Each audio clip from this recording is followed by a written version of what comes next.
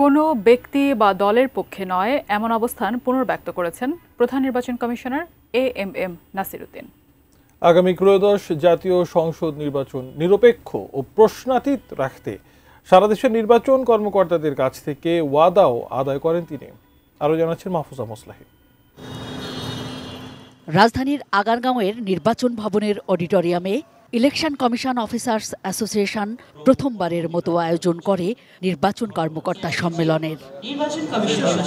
অনুষ্ঠানে সারা দেশ থেকে আসা নির্বাচন কমিশন সচিবালয়ের কেন্দ্রীয় ও মাঠ পর্যায়ের 500-রও বেশি কর্মকর্তা অংশ নেন। নির্বাচন কমিশন সার্ভিস গঠন, সংসদ নির্বাচনে কমিশনের নিজস্ব কর্মকর্তাদের নির্বাচন পরিচালনার দায়িত্ব দেওয়া, পদ সৃজন, আপগ্রেডেশন অনুমোদনে কার্যকর পদক্ষেপ নেওয়া, জাতীয় পরিচয় নিবন্ধন আইন 2023 বাতিল করে জাতীয় পরিচয় কার্যক্রম ইসির হাতে রাখার দাবি ওঠে এই সম্মেলনে। বিশ্বমানের থার্মিক্স রড, সালাম স্টিল থার্মিক্স, দেশের একমাত্র থার্মিক্স রড। একজন কনসালটেন্ট নিয়োগ দিয়ে এই কাজটাকে যেন দ্রুত আমরা এগিয়ে নিতে পারি।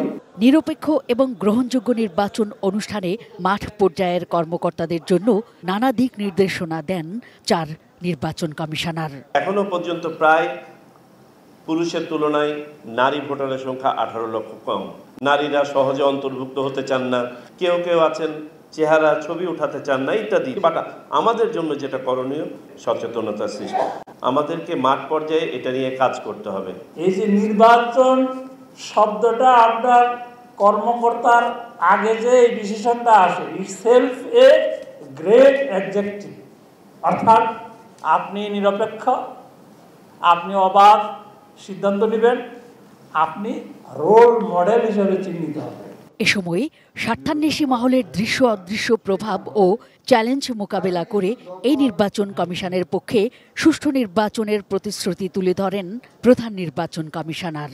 বাংলাদেশে কাজ করা খুবই ডিফিকাল্ট। এই অবস্থার মধ্যে দিয়ে দেশটা যাচ্ছে, তাতে কাজ আদায় করে নেওয়া কিছু কিছু পক্ষের লোকের জন্য খুব সুবিধা, আর বেশিরভাগ পক্ষের লোকের জন্য ডিফিকাল্ট। এই ওয়াদা ঠিক আছে তো আমাকে আবার হাত তুলে দেখান যে আপনারা সঠিকভাবে কাজ করবেন কিনা।